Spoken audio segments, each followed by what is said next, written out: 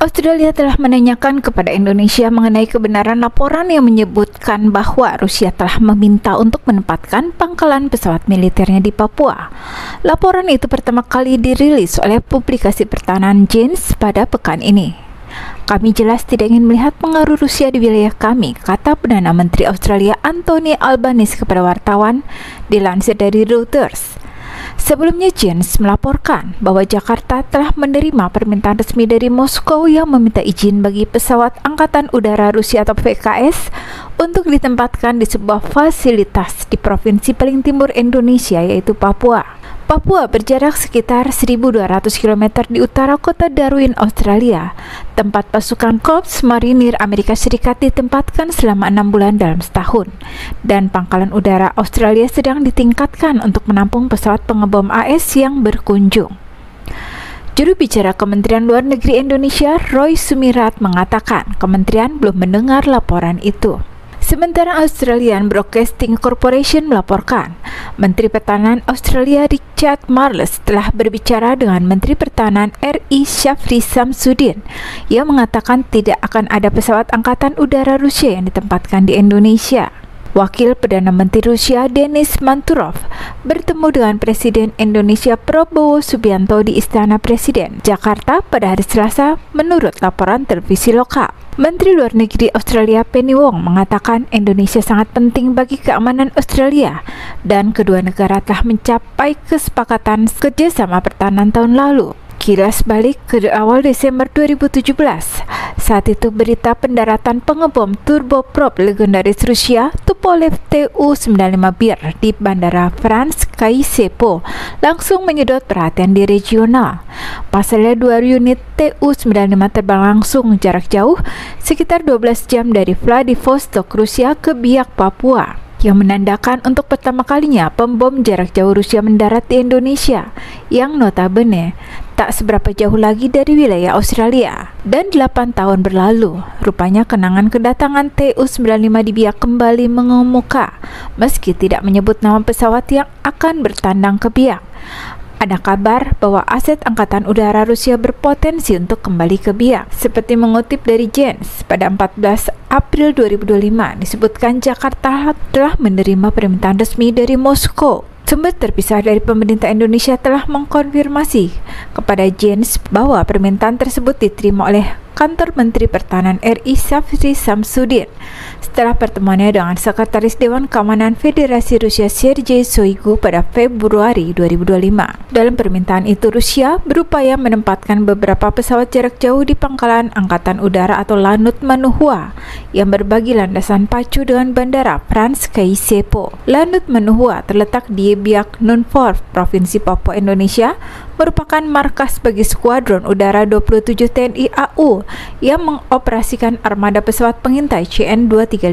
Dalam permintaan itu tidak ada rincian yang diberikan mengenai jumlah atau jenis pesawat yang akan ditempatkan PKS di Biak Numfork. Kabarnya beberapa dari permintaan ini telah disetujui oleh TNI AU. Pada penerbangan jarak jauh Tu-95 ke Biak di tahun 2017 lalu, misi yang dijalankan adalah latihan navigasi jarak jauh bagi para kru pembom Rusia. Kegiatan navigasi ini merupakan hal biasa yang dilakukan oleh para kru untuk meningkatkan profesionalisme sebagai awak pesawat. Tu-95Bir ke Indonesia tidak sendiri. Pembom ini juga didukung dengan kehadiran ground crew yang didatangkan menggunakan 2 pesawat angkut Ilyushin Il-76.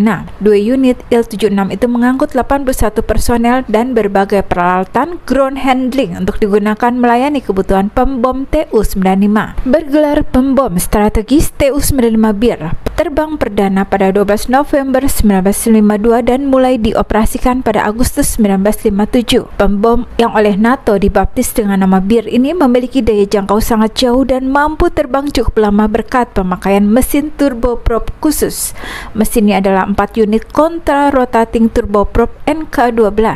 Ada banyak Bir eksperimental termasuk Tu-95 LAL yang ditenagai oleh reaktor nuklir.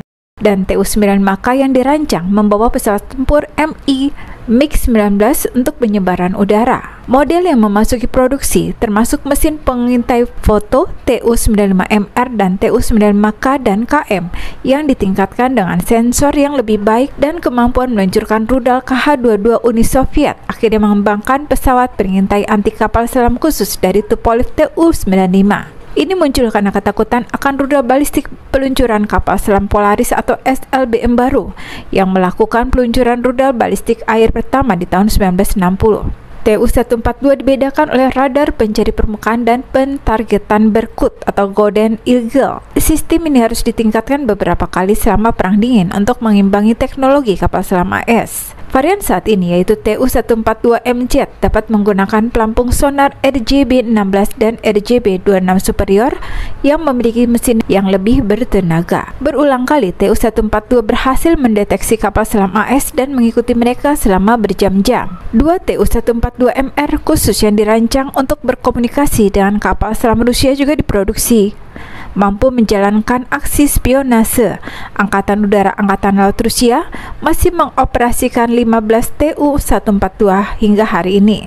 Angkatan Laut India telah mengoperasikan 8 Tu-142 MKS sejak tahun 1988, meskipun mereka telah digantikan oleh 12 pesawat P-81 Poseidon dalam waktu dekat. Tupolev juga dikembangkan menjadi pesawat AWAC pertama Rusia, Tu-126 dan pesawat Tu-114 yang membawa Khrushchev dalam penerbangan non-stop 11 jam dari Moskow ke New York di tahun 1959. Namun tidak ada jenis yang masih terbang hingga saat ini. Selain Tu-142, satu-satunya Tu-95 yang beroperasi saat ini adalah lebih dari 50 pesawat Tu-95MS.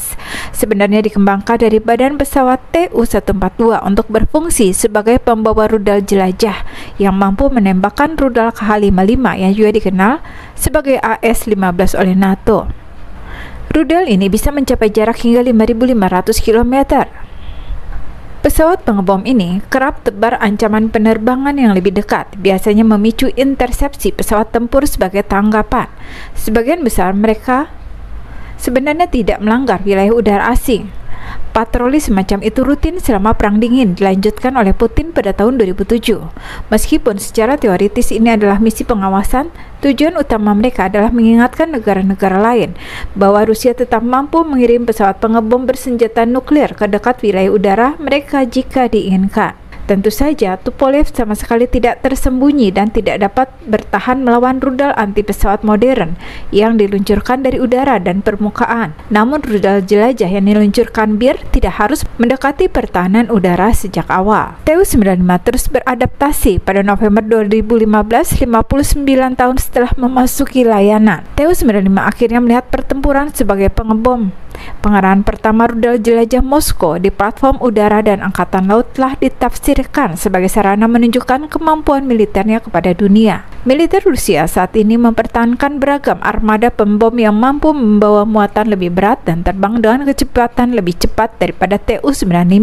Namun Tupolev yang terhormat tetap beradaptasi dengan baik untuk pekerjaan mengangkut rudal jelajah yang berat dan mengawasi Pasifik dan Atlantik, terutama ketika berhati-hati bukan hanya tidak perlu untuk misi tapi bertentangan dengan tujuannya.